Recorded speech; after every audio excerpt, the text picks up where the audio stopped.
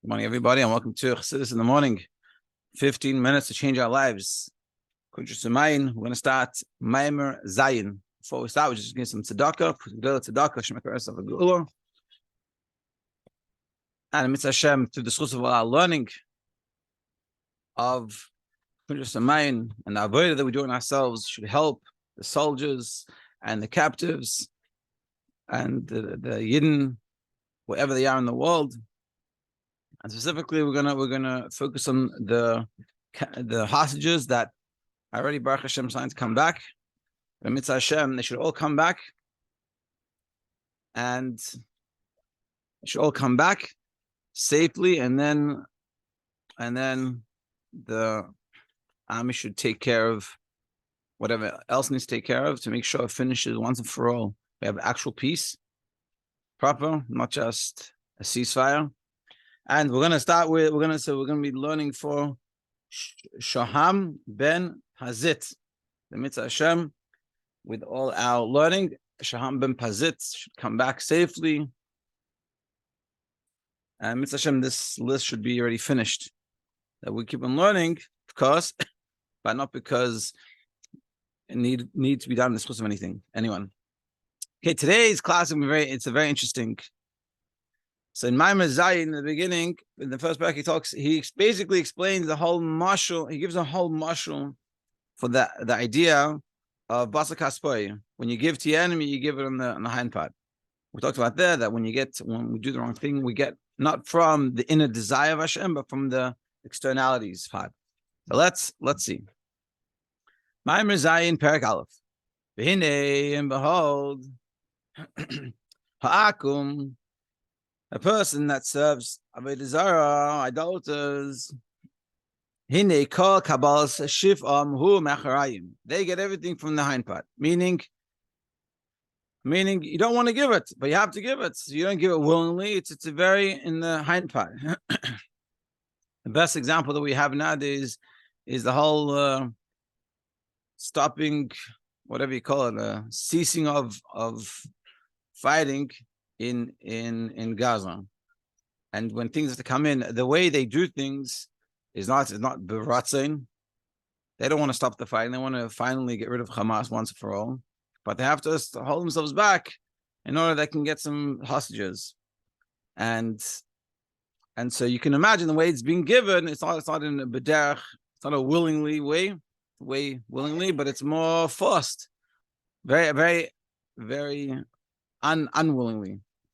But no choice. That's sort of what happens. The life force, how it goes to someone that serves avodah zarah. When you're talking about a guy that serves avodah zarah, Abu Yisrael, Baba Yid, Makablim, Shif, Mipnimius. We get from the Pnimius, the inner desire, inner ratzon Hashem has. Amnam, however, Mishachata, Upasha, Vegaram, Silika Ratzim Menu, someone that does an avera, and he separates, and he causes the separation of Hashem's ratzon from him, will go against what Hashem wants us to do. So then he's not happy. And then we receive our life force like animals. But we receive from the head, from the beginning, from the best of what the animals get. What he gave to the Titracha. But that doesn't last forever either. And I guess the reason why it's interesting why he changes it, that he's saying then akum, person that does avodah zarah, an idol worshiper, that gets from the acharayim. But when we do an avera, we get like the animals get. I guess you could say that what the animal receives is not so unwillingly like the idolater, but it's not the inner will. It's still a sitra achar from the other side, not from the kedusha side. Anyway, so now the mashal. So this will be understood what we said before. Maamar base, Perek base, be'inyan panim v'achar. In the idea of panim, face to face, and achar, and the back. And that's within Hashem's inner desire. The bechinas panim. What does it mean? Hashem's face, and Hashem's bringing His face. This is Hashem's inner desire. V'cheftzoi hamitin, his true desire. That's what he desires, which is every side of holiness. When we're doing holy things, good things, taking care of ourselves for good purposes, being nice to people, being nice to ourselves, davening, learning, giving tzedakah, Torah, mitzvahs, obviously, so all these things. That's when we do that, we're getting life force from Hashem's inner desire. Avol the sitra achra, but to the other side, nimshach mechinas achrayim, you get from the hind part. All that is the opposite. Hainu she'einu chafetz bezeh. He doesn't desire to give this way. V'adrabin, on the contrary, hein toyavas Hashem asher sana. This is the abominable for Hashem that He doesn't like. He very despises. Umashpia lahem shalei b'ritzayin, and He gives not willingly. It's like someone that gives over his shoulder. He casts something over his shoulder. So now let's understand this. This is for like an analogy. So what happens? A king makes a grand feast, grand banquet, and he spends a lot of money on this. From his treasures, from his treasury. Al mishtazeh.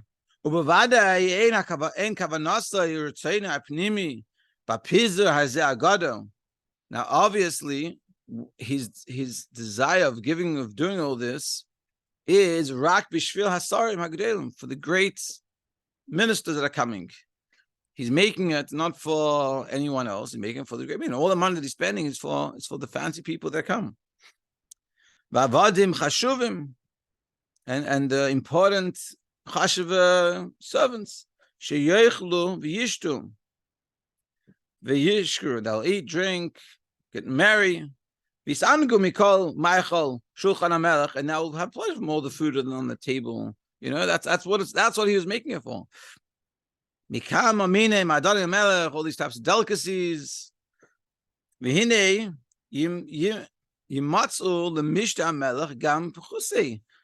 also be lower level people that will be there.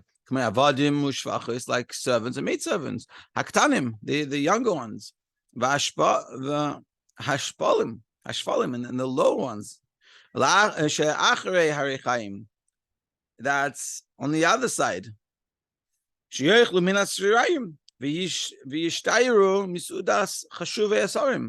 like back in the kitchen, whatever's left over, the people in the kitchen get to eat. Or like the burns. They throw it down for the dogs to eat. Or in New York, so the leftovers goes to the garbage and the rats come and eat. Okay, hi Governor. So you wouldn't say Shahaya Kavanas Hapiza Agara Azeh Bishvil Hashirayim Halalu Sheikhli Puchuse Avadim Vashvachis Shalacha Harechayim Vakalavim. Okay, Governor. You wouldn't say that when they're making this grand banquet was for the people in the kitchen to eat, and it was for the rats going to eat after. That's not what the intention was. For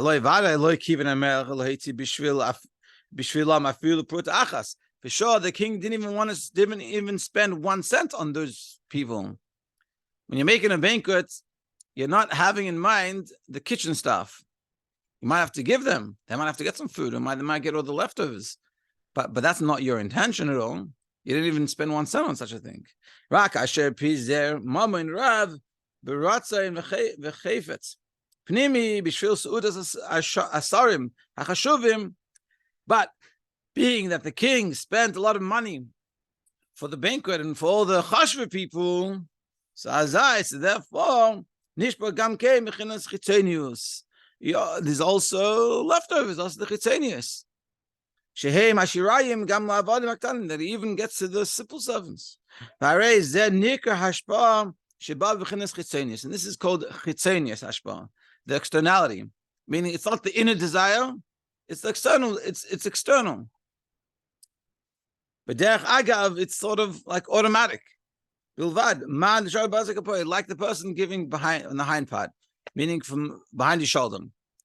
Meaning, like it's very simple, very logical, that the king's making a feast. And when they're making the feast, when he's making the feast and he's inviting there's people that he invited to come. And then there's some people that come along with them. And that's all that he wants to give. That's the whole reason why he made the banquet. And he spent all this money, the thousands and hundreds of thousands of dollars. But ultimately, it's obvious that in this amount of giving, there's also going to be leftovers and other things that it trickles down to even people that are not even, that he had no intention of giving.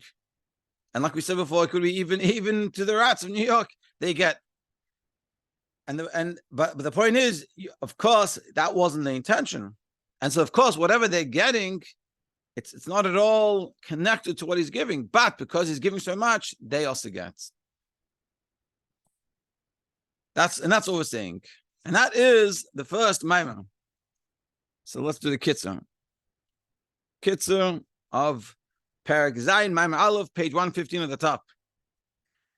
Sitra Achra v'akum, the Sitra Achra, and a person, an idolater, Makablim, Shifam, Mecharayim, they receive their hashpa, their flow of godliness, their energy of godliness from the hind parts. B'kedush, whereas in holiness, L'Yisrael, so meaning in the Nimshul, the Yidden, people that do Torah mitzvahs and people do the right thing, and L'Chera, people do Sheva mitzvahs, and Goyim that are Chazei Umas Elam, they receive. That's why Hashem is making the whole feast. We're there for the feast, for the whole banquet. So the Nimshach Shefa Hapnimis, and that's the inner desire. Achayirayim, whereas the hind part, command it's like someone throwing it over your shoulder. That's what it is. A pnimius v'tzeina v'cheftzei. And then we talked about the pnimius of Hashem's ratzon and his desire. Hamashal bezer, and the marshal for this is Hamelech she'iseh mishtel l'sarav avadav. The king is making a feast for his ministers and his servants. Hagadolim, the chashva ones. Shehem iker tzeidim v'cheftzei. That's us. The main want and desire of Hashem is to make this suda for us. V'nenim gam havadim k'tanim v'derech agav mehashirayim nenim gam ha'kilavim.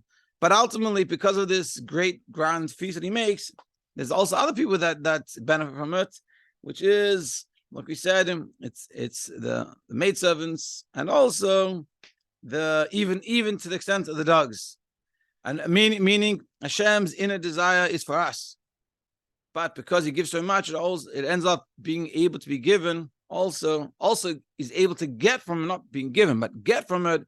He's also people that serve Avodah Zarah and non-kosher things and things like this. And ultimately, we're saying if we don't behave like we should, so we sort of fall into that category of not being deserving of the table, not wanting to give us. So we have to remind ourselves to be on the table, and also the beautiful vart. And this is something it's like an undercurrent that people have to realize when you learn Chassidus. But Chassidus is sort of hanacha. Its action is this undercurrent. So therefore, everything else you hear, you have to understand through this action. This action is that we are on the king's table. We have to realize that that's who we are. We're be'etzem on the king's table. We can take ourselves off the king's table. We were born on the king's table, and that's what we just have to hang out there. That's what we should be. And when we do Torah mitzvah, it's not just doing the right thing, not just it might feel good, or even if it doesn't feel good. Not just we do what Hashem wants.